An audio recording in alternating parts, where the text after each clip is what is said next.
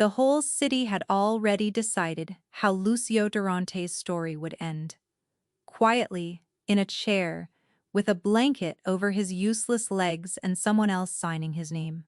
His own people had carved up what he would leave behind before he was even gone, and not one of them thought to lower his voice while doing it. The night it all turned, there was no shouting on the lawn and no trouble down at the Calder. There was only a nurse, a bruised orange, and the sound of a man laughing for the first time in 2 years. By the next morning, the men who had written him off were the ones packing to run. What none of them thought to guard against was the simplest thing in the world. Vireo House had not heard a raised voice in a long time. It sat above the river, behind a wall of black iron, 40 rooms of cold marble, and colder quiet. And every one of them had learned to whisper. The curtains in the east study stayed drawn against the afternoon. Lucio preferred it that way. They told each other, though no one had actually asked him in months. He sat where they put him each morning in the tall chair by the unlit fire, a wool blanket squared over his knees by hands that were not his own. 2 years ago a car had gone off the coast road in the rain and taken the feeling from his legs, and everyone agreed, a good deal more than that. The Lucio Durante, who had once walked into a room and made it go silent, now needed to be turned, fed, and reminded what day it was. The reminding came from a small paper cup of pills, at 8, at noon, and at 6, delivered by a nurse whose face never moved. He was aware, in the soft gray way he was aware of most things now, that he was slipping. A thought would begin in him, clear and hard the way thoughts used to come, and then the mist would roll across it before he could finish, and he would sit there holding the empty shape of something he had meant to say. The words he wanted arrived a beat late. The anger that used to keep him sharp had gone spongy and far away. He told himself, it was the injury. Everyone told him, it was the injury. A man loses the use of his legs, they said, and sometimes the mind grieves in its own way. And there was Dr. Emmerich with his soft gray voice to explain the science of it. And who was Lucio, to argue with a doctor when he could not always hold a fork? Sometimes in the thin hour before the morning cup, he came a little clearer, and in those minutes he remembered who he had been, and the remembering was almost worse than the fog. He remembered a harbor. He remembered making a room of hard men go quiet, with nothing but the way he set down a glass. He remembered his own voice, low and certain, deciding things. He reached for that man now, and closed his hand on smoke. Beyond the study door, the house ran on without him. Bastiano Ferro ran it. Bastiano had stood at Lucio's right hand for 11 years, had wept, or seemed to, at the hospital, and had quietly taken up every rein Lucio let fall. It was Bastiano who met the captains, now, Bastiano who moved the money, Bastiano who patted Lucio's shoulder each evening and said, "Rest, we have it handled, and you only have to get well." The getting well never seemed to come any closer, and Lucio, in the fog, had stopped expecting it to. That afternoon, Bastiano came in without knocking, which he had started doing sometime in the last year, and crouched beside the chair, so their eyes were level. It was the posture a man used with a child or a dog. "Good news," Bastiano said. "Signora Dre is owed a leave. Family matter, upstate. We have a temporary girl coming to cover the room until the proper replacement is vetted. Nobody important. She will feed you, and mind the schedule and be gone in a month." Lucio worked to shape the question. He could feel it there, whole, and then he had to drag it up through the wet wool, one word at a time. "Who?" he managed. The single word cost him more than it should have. "An agency girl. Vale, I think." "It hardly matters." Bastiano smiled, the warm, practiced smile that no longer reached anywhere near his eyes. "You will barely notice her. That is rather the point of a good nurse. Quiet. Careful. There and not there." He straightened the blanket over Lucio's knees with his own hands. "You have had enough noise for one lifetime, old friend. Let us keep you peaceful." Something in the phrasing snagged at the edge of Lucio's fogged mind. Some small wrongness in the way a man wished quiet on you like a blessing, and then it slid away before he could hold it, the way everything slid away now. Bastiano squeezed his shoulder and said something about the accounts, and left him to the drawn curtains and the ticking clock. Down on the gravel, a small, tired car was already climbing the long drive toward the house. Inside it, entirely unaware that she was the one variable 11 years of careful planning had forgotten to account for, sat a woman with an orange in her coat pocket and a bad habit of opening other people's curtains. Linnea Vale had been warned about the house before she ever saw it. The agency woman had lowered her voice on the phone. "Difficult family," she had said. "Very private. The patient does not speak much, and the staff. Do the work, keep your head down, collect your envelope, and do not ask questions above your station." Linnea had said yes, of course, and privately decided, as she always did, to ignore roughly half of it. She was 31 years old. She had nursed her own father through the long, cruel years of his illness, until he died the winter before last, and she had learned one thing at that bedside, that no agency could teach her, and no manager could take away. A quiet, calm patient was very often not a peaceful one. Very often it was simply a person who had stopped believing anyone in the world was still listening. She came up the drive in her rattling little car and took the measure of the place. Black gates, curtains drawn on a bright day, two large men who watched her park and did not offer to help with her bag. She got out, hauled her own bag, and thought, with the small, stubborn spark that had gotten her through worse rooms than this one, well, somebody in there has forgotten how to open a window. They passed her through the house like a parcel. A cold woman in a starched gray uniform introduced herself as Signora Dre and walked her down a corridor, reciting the schedule in a flat, closed voice. 8 and noon and 6. No exceptions. The doses are measured out in advance, and you do not adjust them, you do not delay them, and you do not question them. Dr. Emmerich attends to all of that. Linnea said yes, and yes, and yes. Then the study door opened, and she saw him, and the mild, agreeable voice went right out of her head. The agency had said a difficult patient. They had not said a man sealed alive inside his own body. He sat in the dark, with a blanket squared on his knees, like something arranged for a viewing, and his eyes came up to hers, slow and dull, dragging, as if even the act of looking had to travel a long way to reach the surface. And Linnea felt her whole chest tighten the way it had at her father's bed in the last bad months, because she knew that look, it was not the look of a mind that was gone.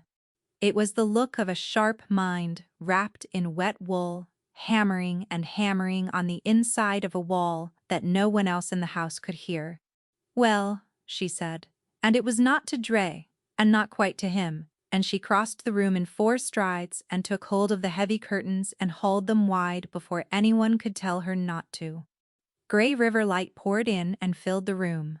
Behind her, Signora Dre made a small, scandalized sound, and Lucio Durante flinched hard against the sudden brightness. He actually looked at her. "There," she said, planting her hands on her hips and surveying him like a landlord surveying a tenant she intended to keep. "You are not a corpse, Signor Durante. Whatever this room is trying to tell you, I can see the confusion, mind. It is very committed to the theme, but corpses do not scowl, and you are scowling at me quite beautifully. And that is the first genuinely good sign I have had all day." Silence. Dre's mouth opened and shut. One of the large men in the hall leaned his head in through the door to see who on earth was talking to the boss like that, and found only a small plain woman in a travel coat, tugging a second curtain open, entirely unbothered. And Lucio Durante stared at this bright, loud, unafraid person who had let the sun into his tomb, and somewhere far down behind his eyes, something that had been asleep for 2 years, opened a single lid and looked back at her. She spent the rest of the afternoon undoing the room. She propped the window until she turned his heavy chair so that he faced the garden instead of the wall. She talked the whole time. A bright, easy stream, about nothing at all. the state of the roads on the way up, her opinion of anyone who would decorate 40 separate rooms in the precise color of wet cement, the shocking crimes committed against tea in houses like this one. She did not once speak to him as though he were slow. She spoke to him as though he were a difficult, intelligent, deeply irritated man who was simply having an unusually bad decade, which was, as it happened, exactly what he was, and exactly what no one under that roof had treated him as since the water took his legs. At 6 o'clock, she went to bring the little paper cup of pills herself, because she wanted a look at the chart. She read the label on the bottle, then she read it again, more slowly. She glanced at the man in the chair, at the particular thick, sluggish quality of the fog in his eyes, and then back at the label, and a small cold question began, very quietly, in the back of her mind, to take a shape she did not like. Dr. Emmerich sets the dose, Signora Dre said, from the doorway. She had come back without a sound, and she was watching Linnea's hands the way a cat watches a bird. Her voice had gone very flat. You have no reason on this earth to be reading that. Force of habit, Linnea said warmly, and smiled her most useless, harmless smile, and handed the cup across. But that night, alone in the narrow servants' room they had given her, she sat on the edge of the hard bed for a long time, thinking about the label and the fog and the flatness in Dre's voice and the way every single person in this beautiful, frightened house seemed to want the man in the chair kept exactly, precisely as quiet as he already was. She got the first one out of him on the third day, and it undid her a little. How hard she had to work for it. She had been reading to him, not a book. She had found a small stack of the household's own grim correspondence, left carelessly on a side table, letters threatening in that stiff, careful, lawyerly way such letters are, and on pure mischief. Because the room was a tomb and she could not stand one more silent hour of it, she had begun to read one aloud in the voice of a mournful opera villain. One hand pressed flat to her heart. It was ridiculous. She knew it was ridiculous. She did it anyway if it took a shovel. On the word gravest, drawn out into 3 long, tragic syllables, Lucio Durante made a sound. It was rusty, dragged up from somewhere deep that had not been used in a very long time, and it cracked clean across the middle like an old hinge. But it was a laugh. His own laugh, the first in 2 years, and the look that crossed his ruined gray face directly afterward was not amusement at all. It was pure astonishment. Linnea lowered the letter slowly. She did not make a fuss, or call anyone, or even smile too wide. She had learned that at her father's bed as well, that you do not startle a wild thing at the exact moment it has decided, against all its own better judgment, to trust you. There he is, she said softly instead.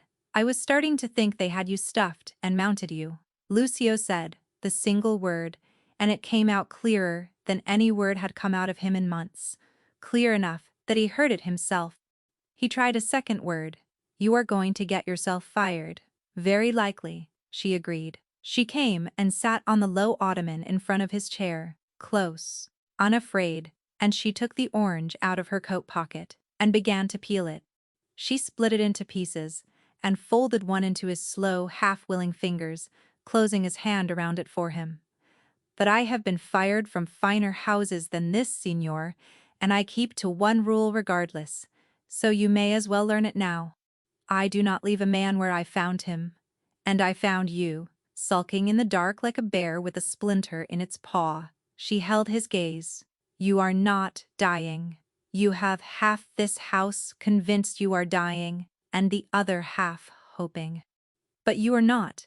You are terribly, spectacularly bored, and somebody, Signor Durante, has made very sure you stay exactly that way. She said the last of it lightly, tossing it off like a joke, the way she said most true things. But she was watching his face when she said it, and she saw the words go down past the fog, and she saw him do the thing no one in that house had seen him do in 2 years. She saw him think.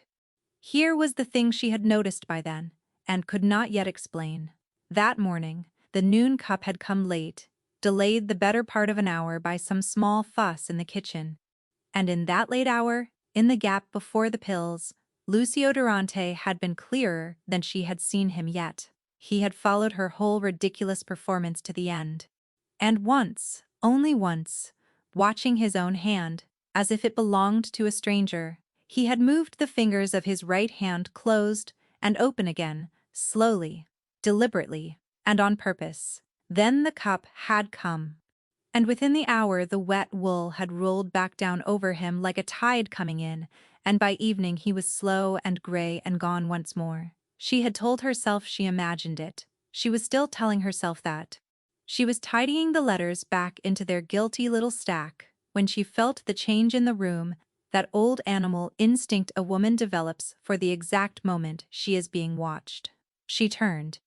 Bastiano Ferro was standing in the doorway, and he was not looking at Lucio at all. He was looking at her, at the curtains standing open, at the peeled orange, at the faint, impossible flush of color that had come up in the sick man's gray face. And he was smiling, the warm, pleasant, practiced smile that never once reached his eyes. And Linnea understood, all at once, with a cold, small drop of the stomach, that in 3 days she had made herself extremely interesting to precisely the wrong person in the world. "Signorina Vale," Bastiano said, ever so pleasantly. "A word, I think, in private." The word Bastiano wanted turned out to be a great many of them, all pleasant and not one of them kind. He took her instead down the long gallery, his hands folded neatly behind his back, like a patient man showing a guest around grounds he happened to own. He said he was sorry, truly sorry, for her bereavement, and the sorrow in his voice was so smooth and so complete, and so entirely without any warmth underneath it, that it frightened her far more than shouting ever could have. "You care about your patients," he said. "It is a rare quality, and an admirable one. I only worry, Signorina Vale, and I say this as a kindness that you care rather past your understanding. Signor Durante is not a well man. His mind is fragile, sudden light, excitement. These are not kindnesses to a man in his condition. They are cruelties, dressed up as kindness. Dr. Emmerich has spent 2 careful years building a peace around that man. I would truly hate to watch a temporary girl pull it all down in 3 days out of forgive me sentiment." "Of course, Signor Ferro," Linnea said. She folded her hands in front of her and arranged her face into the blank, obedient, slightly stupid thing she could see. "He wanted, I only meant to keep him comfortable. I will mind the schedule and keep to the room." "Good." He turned from the portrait and gave her the full warmth of that smile, and up close it was. A terrible thing, all the muscles moving correctly around 2 cold and steady eyes. "You have an excellent reference from the agency. Spotless, in fact. It would be such a pity for anything to trouble it." He let that hang in the air, exactly 1 heartbeat too long. A nurse, after all, is only ever as employable as her last word of character. "But I am sure you know all that. You seem a sensible girl." She did know all that. That was the whole trouble. And he had found it out about her in under a minute.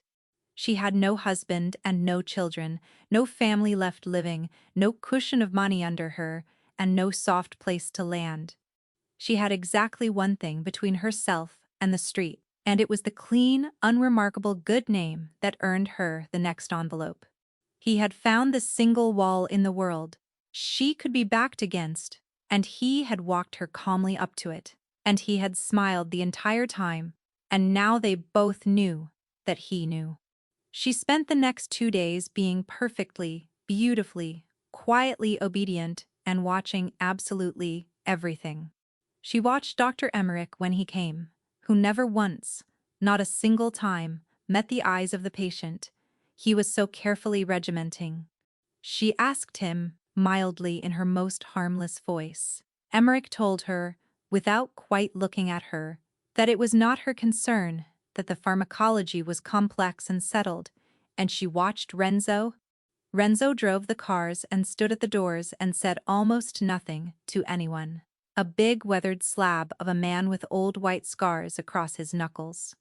She noticed him because he was the single person in that entire house who spoke to Lucio like a man instead of a task.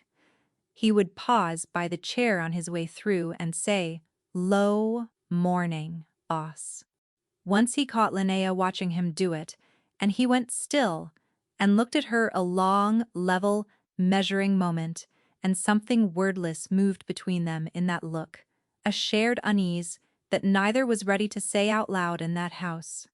It was Lucio himself, in one clear stolen hour before a late cup, who at last gave her the true shape of the thing she had been circling.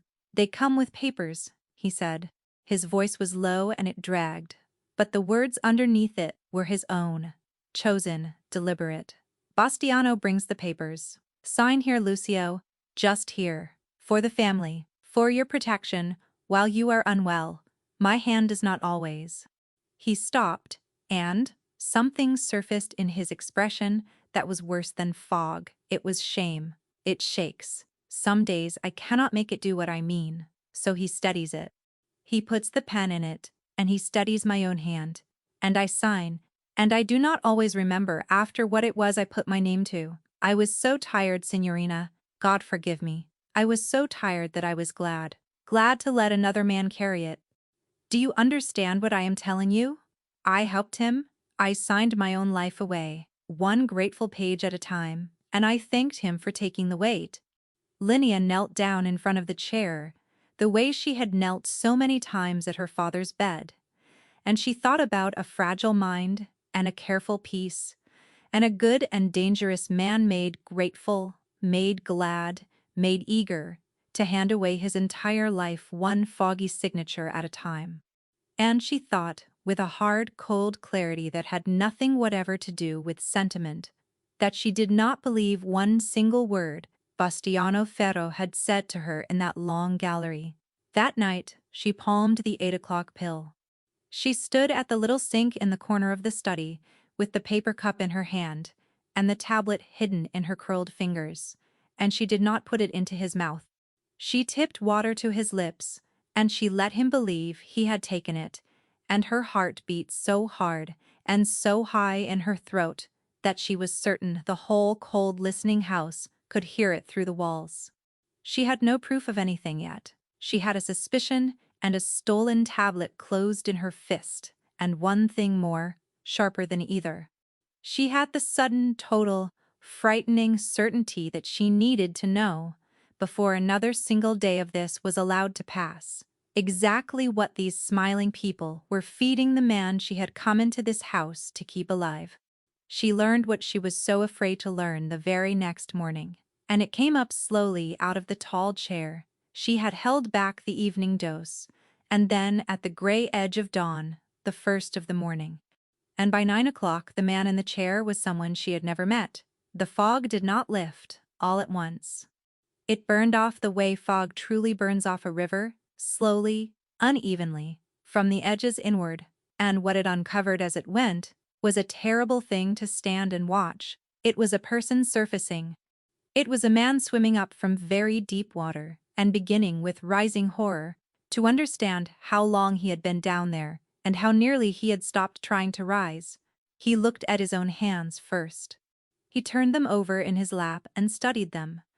Then, with a concentration that stood, he closed the fingers of his right hand slowly into a fist and opened them again, on purpose, cleanly, and he made a sound that was one half a laugh and one half something inside him, breaking clean through. "I can feel that," he whispered. He set it to his hand, and then he lifted his eyes to her, and they were wet and wide and entirely, blazingly present. "Signorina, I can feel my hand. I can feel my own hand." "I know," Linnea said. Her own face was streaming, and she did not trouble to hide it or wipe it. "I thought that you might." "How long?" His hand came off his own lap and caught her by the wrist. "How long have I been like this? Tell me the truth of it." "Everyone under this roof lies to me. They have lied to me so long and so gently. that I stopped hearing it as lying, and I have been too far under to know the difference. How long, Signorina Vale? How long have I been drowning in that chair while they stood around me and told me, kindly, that I was only resting? She thought of the light thing she had tossed at him 3 days back, half a joke, that he was not dying, that someone had made very sure he stayed that way. She had said it. It was not a light thing now. It was standing in the middle of the room between them, and it was the plainest, hardest fact in the house. I do not believe you are sick, Signor, she said quietly, holding his eyes. I believe you are being kept. There is something going into those cups that has no business being there, or else there is a great deal too much of something that has some small business being there. I have watched it now for days. When I hold the cups back, you come up. You come back. When I give them, within the hour you go under. Again, a sick man does not run on a switch like that. A poisoned one does. Somebody in this house has been putting you to sleep 3 times a day, and calling it your medicine, and calling it grief, and calling it the injury, and letting you thank them for it. She watched the word poisoned go down into him and change his whole face, by slow degrees, disbelief giving way to horror and horror hardening at last into a third thing beneath both, a cold, still gathering thing. She recognized it, because it was the thing the whole city had at one time been so very afraid of. It was Lucio Durante, coming back into his own eyes. Bastiano, he said. It was not a question. It was a name being written down somewhere permanent. Footsteps in the corridor. Quick, hard-heeled, coming. Linnea moved, before she had finished thinking. She put her 2 hands flat on his shoulders and pressed him gently back into the chair and bent to his ear and breathed. Go under now. Do not let him see you, please. And Lucio Durante, who had waited 2 years in the dark for this one clear hour, closed it away again. He did it like a man shutting the door on a fire in his own house. She watched him do it. He let the light go out of his eyes, on purpose. He let his jaw loosen, and his head tip, and his hands go slack and empty in his lap. By the time Dr. Emmerich pushed open the study door with his soft gray questions already forming, there was nothing in that room to find but a fragile invalid dozing in the mild light of the window, and a plain temporary nurse tidying the sill, and no reason on earth for a careful man to look twice. Emmerich looked twice anyway. He stood a moment too long in the doorway, and Linnea kept her hands busy and her face empty. Then he crossed the room and set down the noon cup himself, and watched, personally, while she fitted it to the patient's slack lips, and watched the patient swallow. Lucio's eyes found hers over the rim of that cup as the wool rolled down over him once more, and in the last clear instant, before it took him under, there was fury in them, and grief, and beneath both of those a new and terrible patience. The patience of a man who has just been handed a reason to live and intends to spend it carefully. They knew now, the 2 of them, and knowing, in a house like this one, with people like these in it, was easily the most dangerous thing that either of them owned. After that they stole their hours like thieves, and in the stolen hours they built the truth up between them, a piece at a time, and every single piece was worse than the one before it. Linnea learned to read the doses. She learned exactly how much she could skim and hold back to buy him a clear window without leaving a mark on the count that Dre had drilled into her. She learned which hours the house went thin, the dead middle of the afternoon, the gray slot before dawn, and she learned to bring him up in those hours and to have him safely under again before the house filled back in around them. And in those stolen windows, Lucio remembered. He remembered in fragments at first. Bastiano at his elbow through the long fog, always so gentle, always so patient. For your protection, Lucio, just here, old friend. The family needs a signature, and you are not well enough today to read the whole of it, so let me hold the pen with you. Piece by piece, the documents came back to him. He had signed away the authority to move the accounts. He had signed away the authority to speak for the family to the captains. He had signed, God help him. And this was the one that stopped his breath when it surfaced. The authority to direct his own medical care so that the very drugging that fogged him had been made, by his own fogged hand, perfectly and unchallengeably legal. He built a man who could not say no, Lucio said, very low, staring at nothing. First he built him. Then he went to that man and asked him for everything he had, one small no at a time, on the days that man was too far under to refuse. Until there were no no's left anywhere in me. It was Linnea who found the last piece, and she found it the way a person always finds the very worst things, entirely by accident, in a dark hallway, at exactly the wrong hour of the night. She had gone down for hot water a little after midnight, and she heard Bastiano's voice, coming through the half-open door of the study that had been Lucio's, and was now, so plainly, and so completely, his own. He was on the telephone. His voice was easy and low and warm. She stopped in the dark of the corridor, and she did not breathe. The Sarki's papers are ready, Bastiano was saying. All of them. The territory transfers clean on the 1st of the month. The moment the incompetency filing clears the court, Halvard gets the river frontage and the whole North Dock, as agreed. We split the rest between us, and everyone goes home rich and quiet.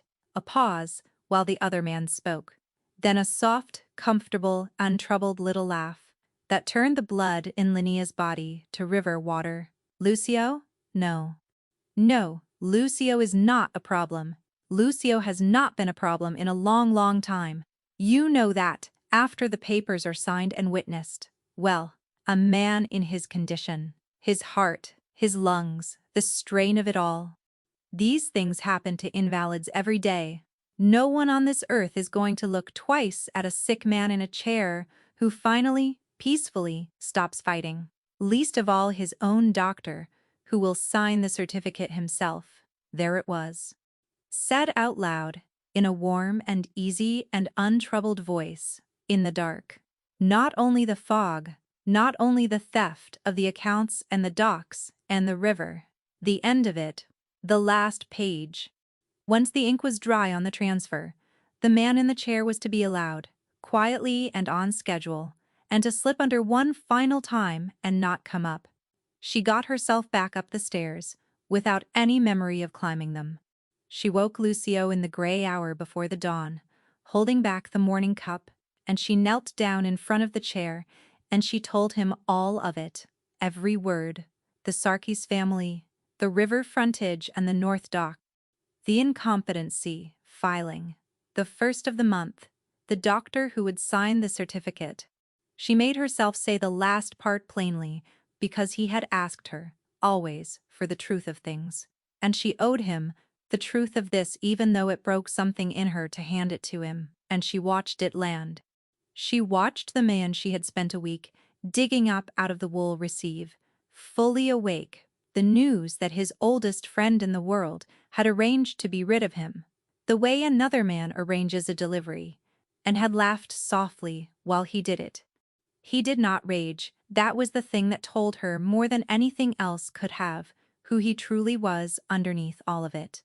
Lucio Durante went very still and very quiet, and every last shred of the fog was gone from his eyes, now burned clean off, and when he finally spoke his voice was low and level and completely, frighteningly, awake.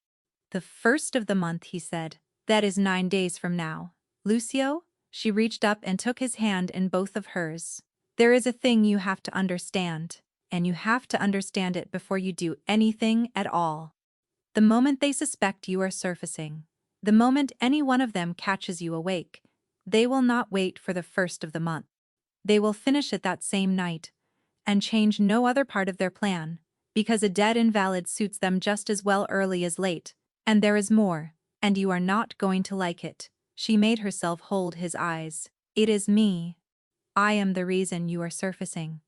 There is no other explanation for it, and Bastiano is not a stupid man. He already knows I care too much. He watched the color come into your face over an orange. If he works out what I have actually been doing with those cups. She stopped. She did not need to finish it, and she could not quite make herself. A temporary girl with no family and no money and one destroyable name, who had discovered exactly the wrong secret, alone, inside a house that made its problems disappear as a matter of routine. For a long moment he said nothing at all. Then his slow fingers closed around hers, deliberate and certain, and it was the first real promise his body had let him make in 2 years. Then he does not work it out, Lucio said. Then we give him nothing to see. His grip tightened. You brought me back from the dead, Signorina Vale, laughing. Of all the ridiculous ways there are to raise a man from the dead, you did it with a stolen orange and a stack of somebody's threats, read out in a bad opera voice. I am not going to sit in this chair and let that man make you disappear for the crime of waking me up. He drew a breath, and something crossed his face that was almost terribly, in that gray hour, a smile. 9 days. And on the 9th day, we are going to be very, very awake, the both of us, and we are going to take back every single thing he stole from me, while I sat here smiling in my sleep and thanking him for it. But first, Signorina, you are going to have to teach me something. And quickly. You are going to have to teach me how to look dead again on command, and how to hold it under his eyes, and how not to flinch. I am told I have gotten badly out of practice at pretending to be less than I am. Down the long hall, somewhere in the sleeping house, a clock began to strike the hour, slow and even, and neither of them moved through the whole of it, and the count had already begun. A man in a chair cannot fight a house full of armed men by himself. Lucio understood that with the first genuinely clear breath he took, and he understood, too, that the single weapon he had left in the world was the one thing Bastiano had been most careful, over 2 patient years, to strip away from him. Hands, loyal hands, inside the house that would answer to him and not to the man who had arranged to be rid of him. There was exactly one candidate for it, and betting wrong on the man would be the end of them both before nightfall. Renzo, Lucio said, when Linnea asked him who they could possibly trust inside these walls.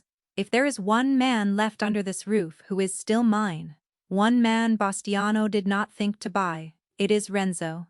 He carried my father before he carried me, and if I have read him wrong after all these years, then I have read everything wrong, and you and I are already dead, Signorina, and simply slow to hear the news.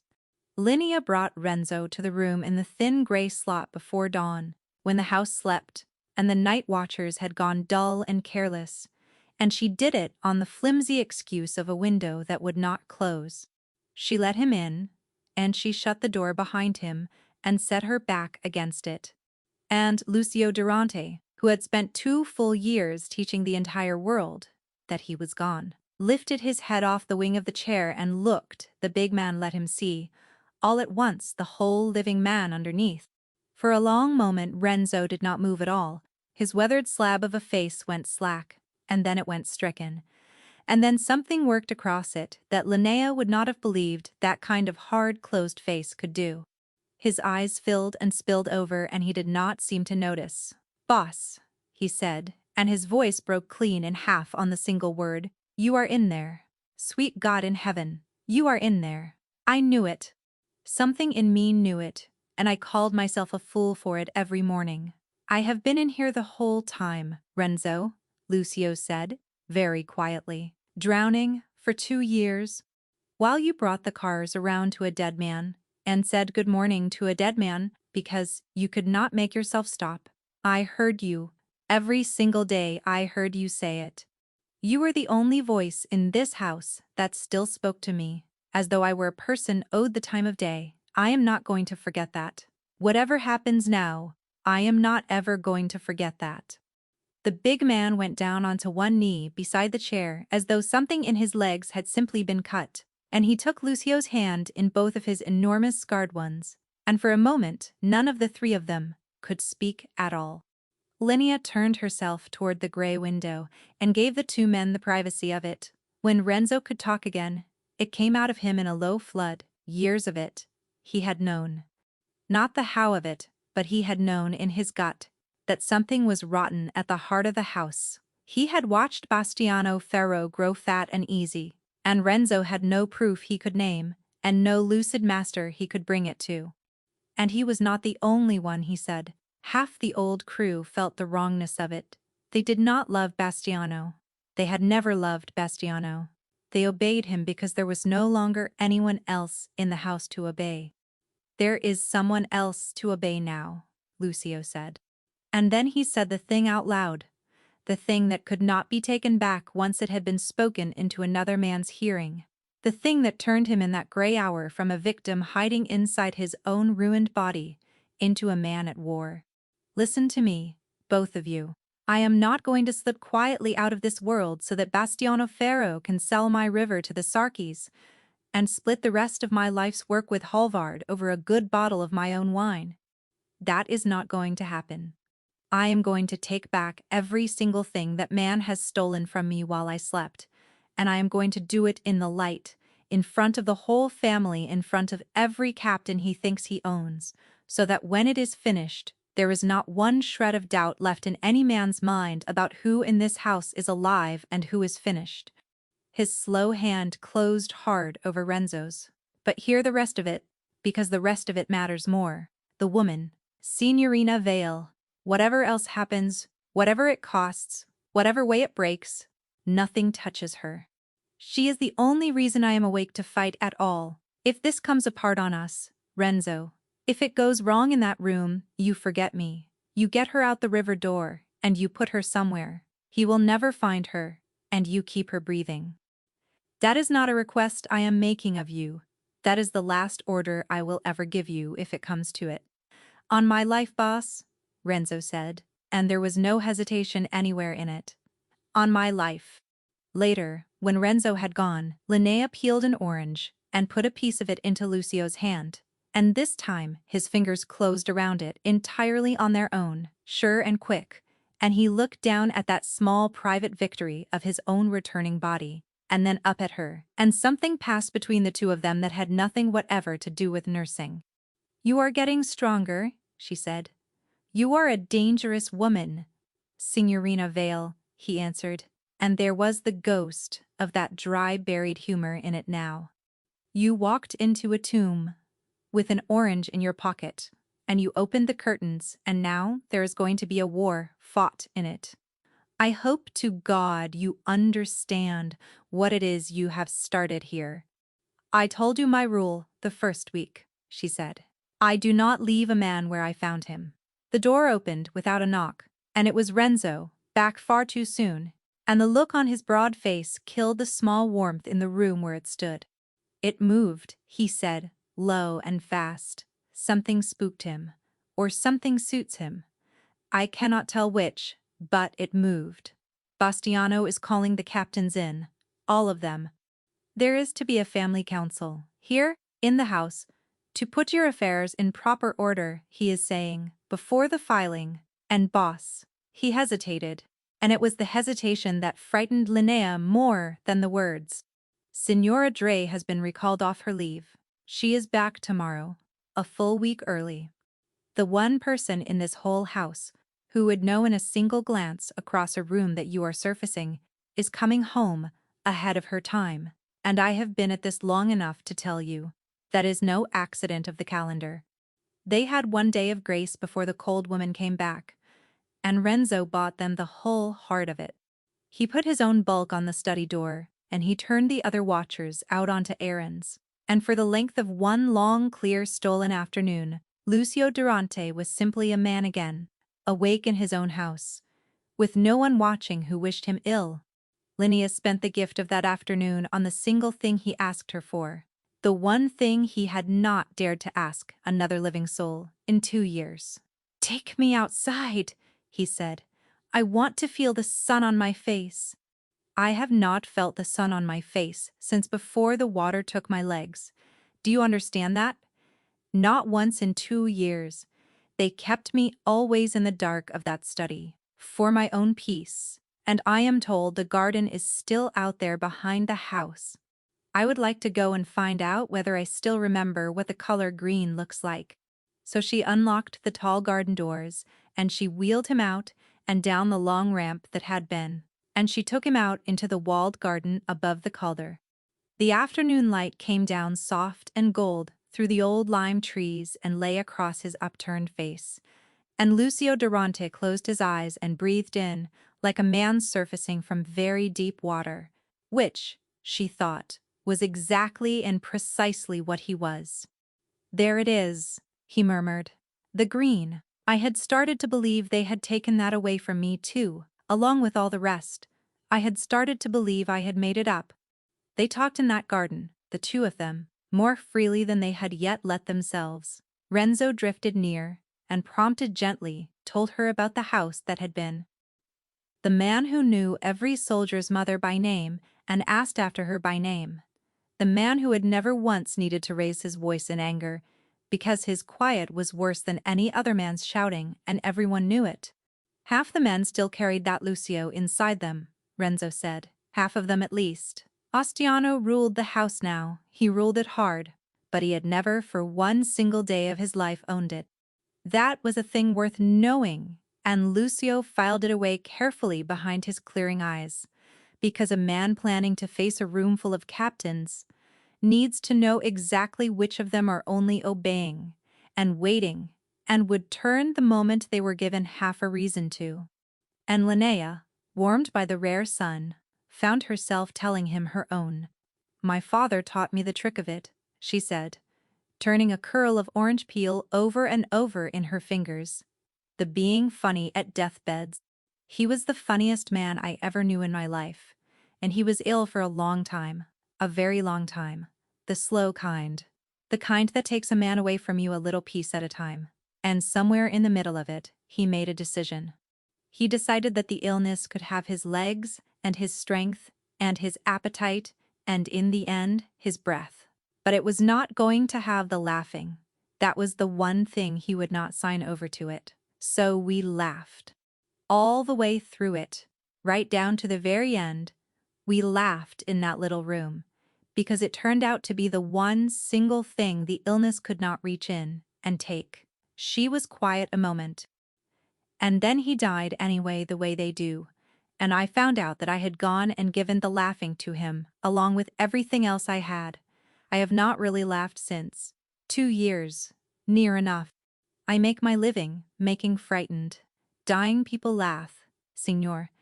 And then I go home to a quiet flat where there is no one, and I do not laugh at all." She looked up at him, and seemed surprised at her own honesty, until a bad-tempered bear with a splinter in his paw made that awful rusty, broken sound at me over a lawyer's letter. And I went out into the corridor afterward, and I laughed until I had to hold the wall, and I frightened poor Signora Dre half to death, and I did not care, because it was mine again. For 1 minute, it was mine again. Lucio looked at her for a long moment across the gold garden. "Then we are even, you and I," he said quietly. "You gave me back my life, and it seems I gave you back your laugh. And neither one of us knew, all this while, that we were dying of the very same thing. The afternoon, filled with sound, after that real sound, in a garden that had forgotten it." He laughed, fully now more than once, and twice Renzo laughed too, huge and helpless, and astonished at himself. She peeled another orange and made him do the villain opera voice with her, and he turned out to be wickedly, mercilessly funny once he was fully awake, dry and quick, and a little cruel. And she understood at last precisely what the whole city had once been so afraid of. Because a man that sharp, with that much warmth burning off him, was the single most dangerous kind of man there was. He reached out, slow but perfectly sure, and tucked a loose strand of hair back behind her ear, and she went entirely still under his hand, and neither one of them made the smallest pretense that it was nursing. "When this is over," he began low. "Do not," she said, "just as low, please. Do not promise me a when, Lucio, not in this house, not while there are 9 days on the clock and a cold woman coming home tomorrow. Promise me nothing yet. I cannot carry a promise and the cups at the same time." He let his hand fall away, but he smiled, and the smile was a promise, regardless of what she had asked, and they both knew it. Behind them, unheard over, their own rare laughter, a car came up the long drive and stopped on the gravel. Through the tall window of the study, a starched gray figure stepped down out of it and stood a moment on the stones, looking up at the shuttered face of the house with a small, precise frown, drawing her brows together, her head tilted, as though she had heard, all the way from the road, the one sound that house was never, the sound of the patient laughing. Signora Dre had come home a week early, and from the very first minute of it, before she had so much as taken off her gloves, she was already looking hard at everything. Soline Dre unmade their fragile piece in under an hour, and she did it without raising her voice or making a single accusation, which was somehow worse than if she had. She went to the chart before she had even taken off her coat. She stood at the foot of the chair, and she read the dose counts down the page, and then she read them a second time, slower, her flat, pale eyes moving from the numbers to the man in the chair and back again. The man in the chair lay slack and gray and foggy and drooling faintly at the corner of his mouth, entirely on cue, because Linnea had put him under early and deep, that very morning, precisely against this homecoming. Dre studied him a long, long moment. She did not believe it. Linnea, standing quiet by the window with her hands folded and her face empty, could see the woman not believing it, could see the arithmetic running behind the flat eyes. But not believing a thing is not the same as being able to prove it. And so the two women took each other's measure across the sick man's chair, a state of perfect courtesy, with total war running underneath it. They had, until the council, whenever Bastiano chose to call it, and they did not know the day, so they spent every stolen minute they could steal arming for it. Renzo brought the first of them at midnight, a small, heavy thing, wrapped up in an oiled rag, and he put it into Lucio's hand without a word. It was a digital recorder, cheap and black, and on it, when Lucio thumbed it on low in the dark, was Bastiano Ferro's own warm and easy voice, closing out the deal on the telephone. The Sarkis papers, the river frontage, and the North Dock. The first of the month, and then, into the small dark room, the soft, comfortable little laugh, and a man in his condition, and these things happen every day, and no one is going to look twice. Renzo had stood outside that study door on the night in question, and held the recorder to the crack of it. Lucio sat and listened to his own quiet removal, being arranged in the voice of the man who had carried his father's coffin, and his face went slowly to gray stone. And when it was done, he pressed the recorder off and held it a long moment in his fist and said nothing at all. The second weapon Linnea took herself, and it very nearly ended her. On the third day of Dre's return, with Emmerich turned to the basin and the water going, Linnea opened his black bag, where it sat on the chair, and found 3 small unlabeled vials that matched nothing at all, written anywhere on the official chart. She got 2 of them closed inside her fist, in the space of a single breath, and she had the bag shut again, and her hands folded before the water stopped.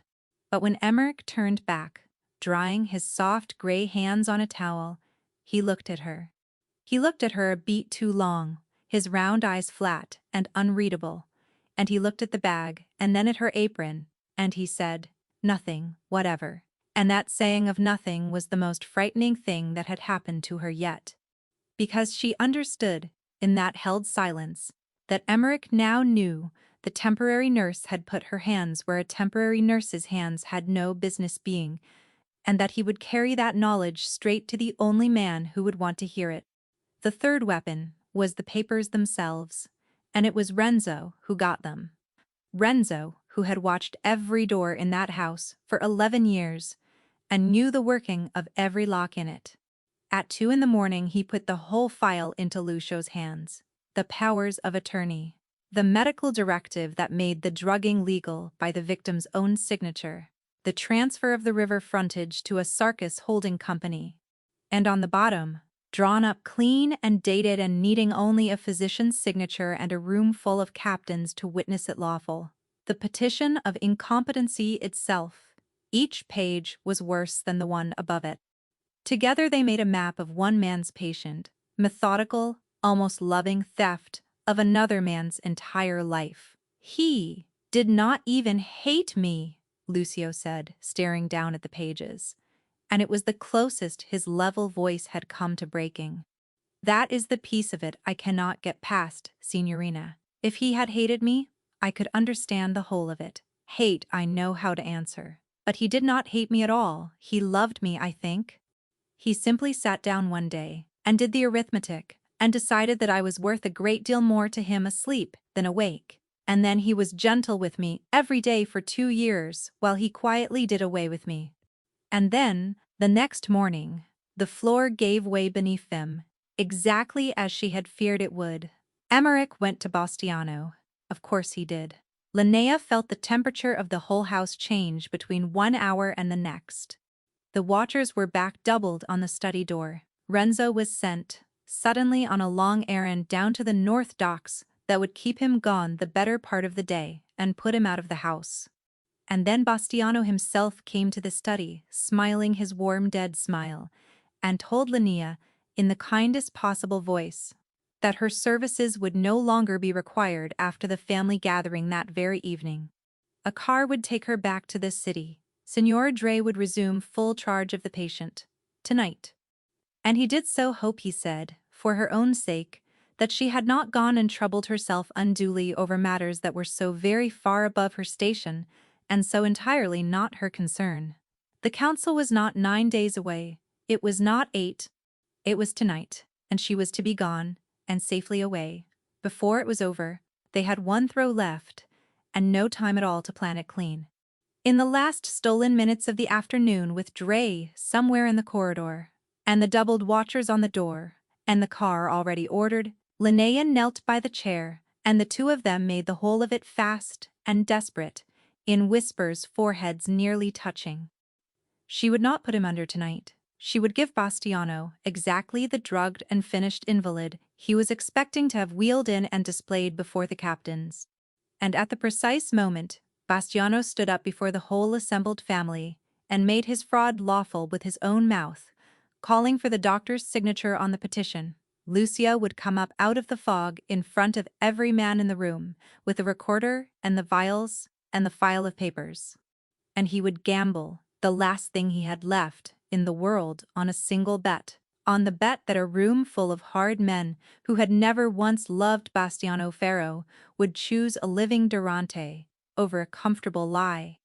And if they do not choose you, Linnea whispered, she had to make herself ask it. If you stand up in that room and they do not turn, what then, Lucio? Then Renzo takes you out the river door before the first sign of trouble, and you run, and you do not look back, and you laugh again someday, for the both of us, somewhere far from here. He caught her hand and held it hard against his chest, over the steady, living beat of him. But they will choose me, Signorina Vale. I know these men. I made most of them. And Bastiano has forgotten the one thing you taught me that first week, over an orange, when you called me a bear with a splinter. He has forgotten that a man everyone in the room believes is already finished, is the single most dangerous man in that room. He looked past her toward the door, and she watched, with her heart in her throat, as he began deliberately to let the fog come down over his own eyes, a living man drawing his own gray shroud up over his face by choice. Wheel me in, Linnea. Let us go down there and be underestimated one last time. They gathered in the great hall at dusk, and Bastiano Ferro had staged the whole of it like a coronation, dressed up as a mercy. 15 captains stood, ranged along the cold marble of the long room. At the head of the hall, a long table had been set, and on it lay the file of papers, a heavy fountain pen laid across them, and a decanter that no one had yet been invited to drink from. A lean, quiet, expensive man stood a little apart from the captains, and Linnea understood, without being told, that this was Halvard Sarkis's own emissary. Come in person to see the river change hands. Dr. Emmerich hovered near the table. Signora Dre stood against the far wall, upright and flat-eyed. And in the very center of it all, wheeled to his appointed place, by a plain nurse in a traveling coat, sat Lucio Durante, slack and gray and gone, a wool blanket squared just so across his useless knees. Bastiano spoke, and he spoke beautifully. He spoke of grief, and of duty, and of the long, slow, terrible decline of a great and beloved man. He was gentle about it. That was the obscene thing. He grieved Lucio while he slid the petition of incompetency an inch closer to the edge of the table. "It is a mercy," Bastiano said softly, into the silence of the great hall, "to let him rest at last. He is tired." He would not have wanted to be seen going on like this. He let his gaze drift, mild and dismissive, over the nurse by the chair. "You may take the girl's word for his condition, any of you who wish to, though I would not weight it heavily. She names the furniture and reads him fairy stories in silly voices, a kind enough creature. Not a serious one, doctor, if you would." Emmerich lifted the pen. His hand shook. "That is the second thing you have gotten wrong tonight." "Bastiano," said Lucio Durante. His voice went out across the great hall like a blade drawn slow and clean from a sheath, low and level and utterly terribly awake, and every single head in the room came around toward the chair. The fog was gone from his eyes as though it had never once been in them. He lifted his head off the wing of the chair. He set his hands on the arms of it, and he pushed himself up straight, and 15 captains who had filed into that hall to bury a vegetable found themselves looking instead at the man who had made every one of them, wide awake and looking coldly back. The silence that fell was absolute. It was the old silence. "For 2 years," Lucio said into that ringing quiet, and he did not raise his voice, because he had never in his life needed to, "I have been drowning in whatever this man and that doctor have been putting into my cup 3 times every day. Not sick, though they told you sick. Not grieving my legs, though they told you that too. Drugged, kept, emptied out on a schedule so that I would sign whatever was set in front of my shaking hand, and follow nothing, and ask no questions, and slip away quietly and lawfully on the 1st of the month, while he sold the river you all bled for to the men across the water." He raised his right hand, and it did not shake, not at all. And in it was the small black recorder. "You do not have to take the girl's word for any of it. She is far more serious than he told you. But you do not need her. Take his. Take his own." He pressed it. Bastiano's warm, easy, comfortable voice filled the great stone hall. "The Sarkis papers, the river frontage and the North Dock, the 1st of the month." And then, into the held breath of 15 listening men, the soft, untroubled laugh, and a man in his condition, and these things happen, and no one is going to look twice at a sick man in a chair who finally stops fighting. When it clicked off, no one in the room breathed. "He arranged to be rid of me like a delivery," Lucio said quietly into the silence, "for the convenience of a man across the water. And make no mistake about where you are all standing tonight. Yours would have come later, each of you, on whatever morning he decided he no longer needed you." He turned his clear, cold eyes on Emmerich, who had gone. "The vials from your bag are in the nurse's keeping, doctor. They will not match a single line written anywhere on that chart, and you know it.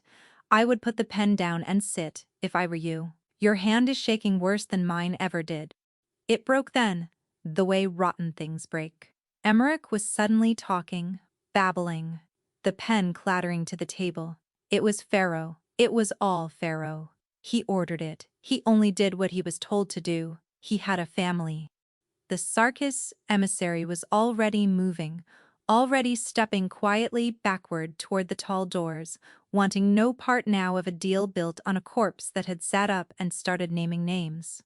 And the captains, the 15 hard men who had obeyed Bastiano Ferro for 2 years only because there had been no other voice left in the house to obey, turned as one single body toward the head of the room, and the look on their faces was not soft, and it was not confused, and it was not loyal. Bastiano's hand went inside his coat. Renzo, who had come back up from the docks and slipped in quiet through the river door at Linea's back, was faster, and had a heavy scarred hand locked around the smaller man's wrist before he could clear it from the cloth. And then two of the old crew had his arms, and the whole of it was over so quickly and so quietly that it was almost gentle. They held Bastiano Ferro upright before the chair. All the warmth had finally drained out of his face, all of it at once, and what was left underneath when it was gone was small and frightened and had been there the entire time, under the smile, for 11 years. A nurse, he said. Even now, even held, it came out as a sneer. 11 years I gave to this. 11 years of patience. And you let a temporary nurse undo the whole of it. A girl who names the furniture and reads you stories. Lucio looked up at the man who had carried his father's coffin, the man who had steadied his shaking hand around a pen for 2 years, while he robbed him blind, and there was nothing merciful anywhere in his face. But there was no heat in it either. There was only the cold, final, settled weight of a sentence being passed by a man who had the standing to pass it. You should have been far more afraid of the woman who could make me laugh, Lucio said, than of any man alive who could make me bleed. She did not simply tend me, she woke me. That is the one single thing all your careful papers could not stop, because you did not know to write it down and forbid it, and it is the thing that has finished you. He turned his eyes away from the man, deliberately, and that turning away was its own kind of ending. Worse than any word. Take him out. He does not get the river. He does not get the quiet, dignified, painless exit he picked out so carefully for me. Renzo knows what he gets. They took Bastiano Ferro out of the great hall, and he did not laugh, and he did not smile, and the men who carried him between them had waited a very long time to stop pretending they respected him. The lean man in the expensive coat was already gone into the dark, and Lucio Durante sat in the center of his own hall, in his own chair, alive and awake and holding the whole of it in his 2 hands again, and he lifted his eyes across all of it to the plain nurse standing quiet by the far wall as though she were the only other person in the entire room. The house learned how to make sound again slowly, the way Lucio himself had learned to close his own hand. In the days after the council, Virio House filled up, little by little, with the ordinary noise of a place where people actually lived. The curtains stayed open now, all of them, and the clean river light came in off the Calder and lay in long gold bars across the marble floors that had been kept so carefully, so deliberately dim. The captains came one by one to stand before the chair and swear the old oath over again, and Lucio received them exactly the way Renzo had once described the old Lucio, missing nothing, forgetting no one, raising his voice at no man, and needing to raise it at none. He did not walk. Linnea had been careful and honest with him about that from the very first clear hour, and once the first fury had burned down, he had been clear-eyed and unflinching about it himself. The water had taken his legs, and no amount of laughter and no amount of justice was ever going to give them back to him. What the drugs had stolen could be returned, the sharpness, the will, the feeling in his hands, the self. What the river had taken was gone for good. He would run his empire from that chair for the rest of his life, and the men who came to swear to him learned quickly that it made him not 1 degree less to be feared. She loved him a little more, if she was honest, for how plainly and how quietly he faced that fact, with no bitterness left over in him to poison everything else.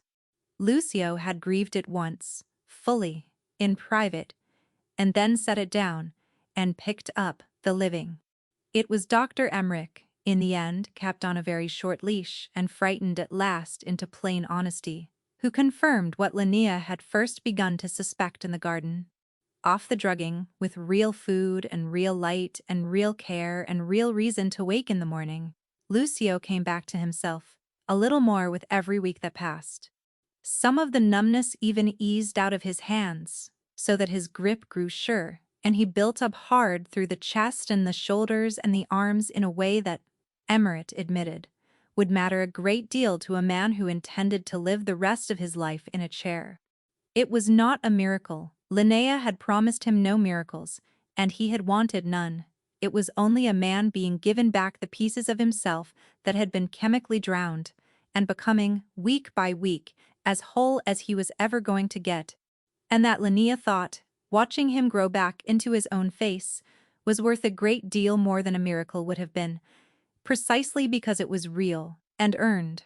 Her own walls, as it turned out, came down harder than his ever had.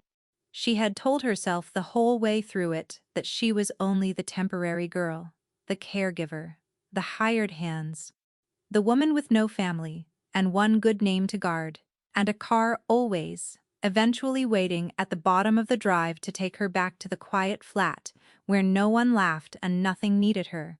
She had refused him a when in the garden because she had not dared to let herself want one. In the end, it was Lucio who reached up and took the wall down, one evening in that same garden, with the light going gold and long over the river, and the first cool of the coming autumn in the air. "You are not going back to the agency," he said. It was not quite a question, and it was not quite an order, and it was a little of both, which was very like him. "I have watched you get quietly ready to leave since the first afternoon you got here. Do not go, Linnea.